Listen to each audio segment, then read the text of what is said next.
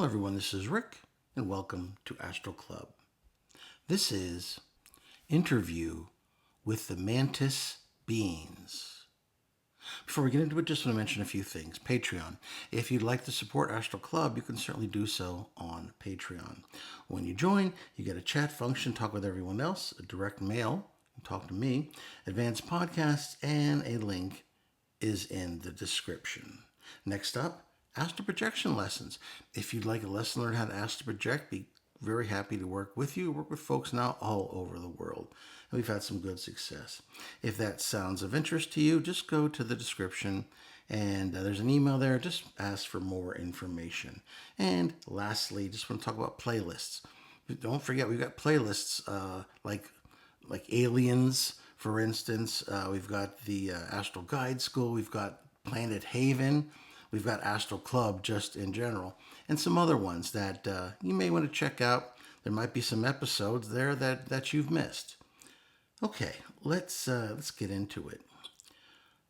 I was waiting somewhere in a pine forest in British Columbia for my next interview, the Mantis Aliens. They didn't exactly invite me, more like they projected a polite yet irresistible telepathic nudge into my brain when I astral projected. We will speak. And here I am in my astral form watching a soft greenish glow pulse between the trees. Then I see it. 7 feet tall, robe flowing like some interstellar wizard, triangular insectoid head cocked to one side, eyes blacker than a collapsed star.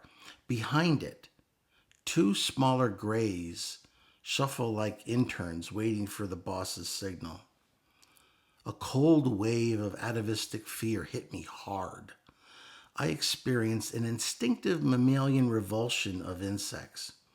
I fought back a sudden astral return signal that threatened to cut this interview short. I centered myself and forced my fear deep down.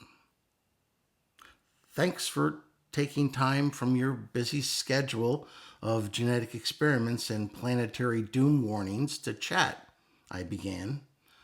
I always resort to sarcastic humor whenever I'm a little on edge. The mantis's mandibles clicked softly, but the real conversation hummed in my head telepathically. Sarcasm is an armor. We perceive it. You wear it well. What can I say? I'd rather laugh than scream. So let's start with the big one. Where are you guys from? The Draco system? Or is that just some cosmic gossip? Our origin is obscured for reason. Some fragments of truth align with Draco, others with farther realms. What matters is purpose, not birthplace. Okay, fair enough. And your purpose is what? Depending on which human you ask, you're either the guardians of the earth or the creepy bug people who sneak into bedrooms to scoop DNA. The mantis tilted his head further, robe shimmering with colors that shifted like oil on water. Duality exists in human perception. We are neither angels nor devils. We are observers, experimenters, gardeners of genetic code. Okay, you're genetic gardeners. Why all the warnings of an apocalypse? Human genome carries seeds of many civilizations. Some of your kind sense the danger of your trajectory, war, decay of Earth, extinction. We show visions, not to frighten, but to prepare. I've encountered some of your warnings: burning earth, boiling seas. Necessary. Pain awakens where comfort blinds. I floated closer, taking in the details of its exoskeleton. It was dark brown, segmented, faintly glossy, as if coated in a resin. I decided to ask the obvious. You have very beautiful robes. Are they just clothing or something else? Robes indicate resonance of role. This form wears deep hues. Overseer, genetic custodian. Others wear lighter tones. Educators, healers. And the naked grays? Drones, utility. They need not adorn.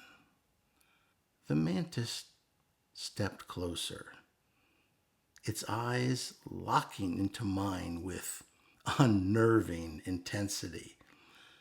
I felt a sudden warmth in my chest, a soothing energy that pushed my sarcasm aside for half a breath. You jest, but you fear us. We see it. You fear the hybrid line, the tall blacks you whisper of. You sense they walk closer to your reality than you know.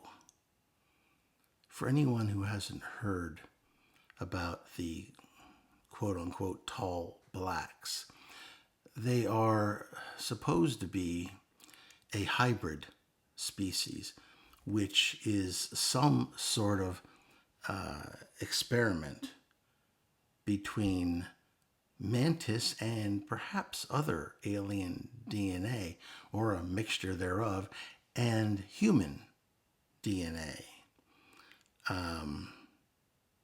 I don't know precisely why they're making hybrids. There is some information here I'll talk about in a second. Of course, we can only usually speculate when it comes down to this stuff. And I always put an asterisk next to certain statements that I get from entities. At best, they're telling me the truth as they understand it. At worst, they're out and out lying to me. So, as always, you have to make your own judgments. Never take anything that they've told me as any sort of gospel. Just be aware of it and examine it for your own purposes. Anyway, when he mentioned the tall blacks, a chill ran down my astral spine. So, they're real? You've been cooking up hybrids. Creation requires iteration. Hybrids are bridges between what was and what may be. Some will fail, others will ascend. And humans, do we get a vote in this election of species? Choice is an illusion within cycles. Yet resistance has value. It sharpens adaptation. This all sounds like a Frankenstein experiment to me. The mantis leaned even closer, and the voice inside my skull it filled it, and it became, I couldn't shake it. It just filled me, like there was 1,000 people shouting all at once. We do not seek your worship or your surrender. we seek survival. Yours, ours, intertwined. One strand breaks, all unravel. For a second, that makes sense to me. Then I couldn't help it. The cynic in me coughed back up. Yeah, well, I'll take that under advisement. Just do me a favor. Next time you want to prepare humanity, maybe skip the abductions and glowing red-eyed hybrids. The mantis's mandibles clicked again.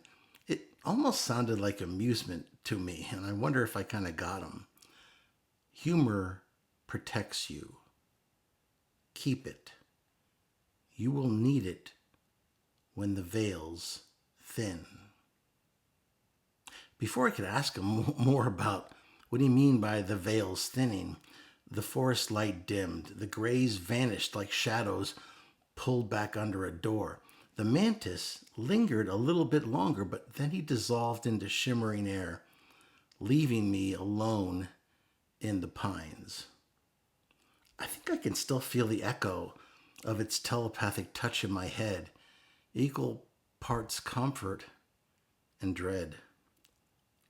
I returned to my body. If you found that interesting, I know I did, please hit the like button, share it with those of like minds, subscribe if you haven't already, and please, questions, comments.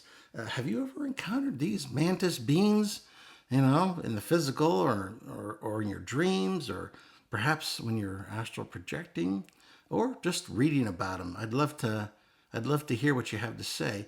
I mean, I've heard so many disparate things about the mantis beings that I'd be very open to hearing what you've got to say. And of course, questions are always welcome as well. This is Rick, and I will see you on the astral plane.